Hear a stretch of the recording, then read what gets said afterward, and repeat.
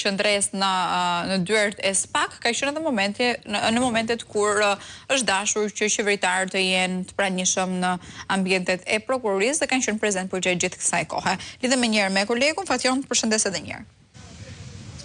Të përshëndes sërish Eneda, për të disatën javë me radhë, protesta e Flamingove që ka hyrë në vazhdimsinë e saj prej 31 majit përpara kryeministrisë, është vendosur një grupi protestuesve në mënyrë të përditshme përpara dyerve të SPAK, ku mbajnë pankarta në duar, zakonisht janë të heshtur dhe në to shkruajnë çështjet që janë në hetim nga SPAK, apo ka patur edhe akuza ndaj zyrtarëve të lartë e çështjeve me rëndësi, siç është ajo e incineratorëve, dosja me Gonigal, çështja e Zvërnecit e tjera me radhë, Belinda Balluku, që janë disa prej dosjeve më të nxehta të organit hetues dhe nuk ka patur përfundime konkrete të hetimeve. Për shembull, në një prej pankartave shkruhet incineratori, miliona u paguan, incineratori nuk u ndërtua, të paktën parat nuk priten. SPAK dosjet numërohen shpejt, përgjegjësitë me sa duket më ngadalë. Ndërkohë që një tjetër pankart shkruan, parat, milionat nuk humbin, thjesht ndonjëherë bëhen shumë të vështira për t'u gjetur.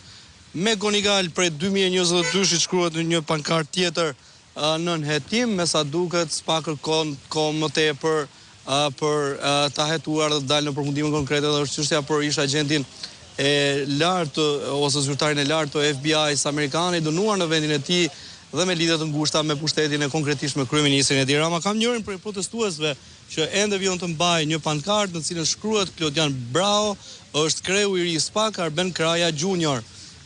Cila është simbolika e... Po, Arben Kraja ka pas fatin për të sulmuar dhe për të luftuar korrupsionin dhe nuk e bëri një gjë të tillë. Artin Dumani realizoi dhe do të ngel në shpresat e mëdha të shqiptarëve se të paktën arrestoi të gjithë të inkriminumit dhe të dyshuarit. Kurse Bravo nuk i ka shanse për t'i bërë këto sulmet ose për të ndjek pas Artin Dumanin. Pra ky është Arben Kraja Junior për mendimin tim, sepse ka prova të mjaftueshme për çdo individ, si nga struktura shtetërore, ashtu edhe nga parlamenti, si edhe nga banditët që i arrestohen për çdo ditë. Në telefonat e tyre gjinet gjithë emrat e këtyre që janë sot në parlament. Dhe vetëm me ato mjafton që ta bën arrestime. Nuk është ato që vetëm duhet të arrestohet Belinda Balluku. Ke prova për Këlliqin, ke prova për Flamur Nogen, ke prova për Eduard Sharcin, ke prova për atë ARZ-s, pra të gjithë janë të zhytur. Pra edhe ky mesazhi, kjo simbolika e saj kjo është, sepse ky nuk po bën asnjë hap. Nëse do më shpëtuar Shqipërinë nga sketerra, i ke mundësi, vazhdo, vepro. Koha nuk pret. Shqipëria është e bashkuar më shumë se kur dhe po i vjen fundi çdo gjë. Tirania po mposhtet.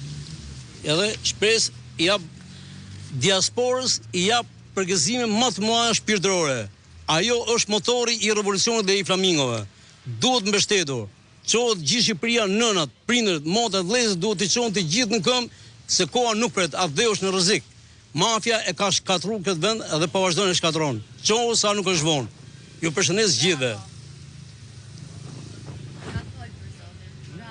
Ishte kryer prej qendrimeve të qytetarëve, të cilët ndoshta janë në numër të pak, të simbolikat dhe pankartat flasin për çështje të rëndësishme që kanë qenë subjekti i punës së prokurorisë së posaçme kundër korrupsionit dhe krimit të organizuar, dhe nga kontaktimi me ta do të vijoj prezenca e tyre e përditshme në orët e paraditës zakonisht përmes kësaj mënyre, pra përmes protestës së pankartave dhe atyre që shkruan në to të paraqiten edhe në ditët në vijim, ndërkohë që protesta e Flamingove në çdo mbrëmje ka hyrë në ditën e saj të 86, nga ana tjetër shohim një grup qytetarësh që paraqiten në orët e paraditës edhe pranë SPAK.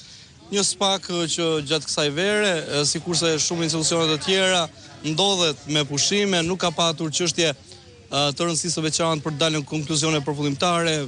Një prej atyre ka qenë edhe dosja Balluku, ku është subjekt i hetimit, është e pandehur për të paktën disa procedura si tuneli Llogaras dhe Unaza e madhe e Tiranës, disa prej loteve të saj, e pavarësisht këtij fakti vjen të drejtoj Partinë Socialiste si drejtuese qarku në fier vijon të jetë deputete dhe madje të marrë pjesë në takimin e djeshëm të kryeministrit Edi Rama me drejtuesit politik në Qarqe.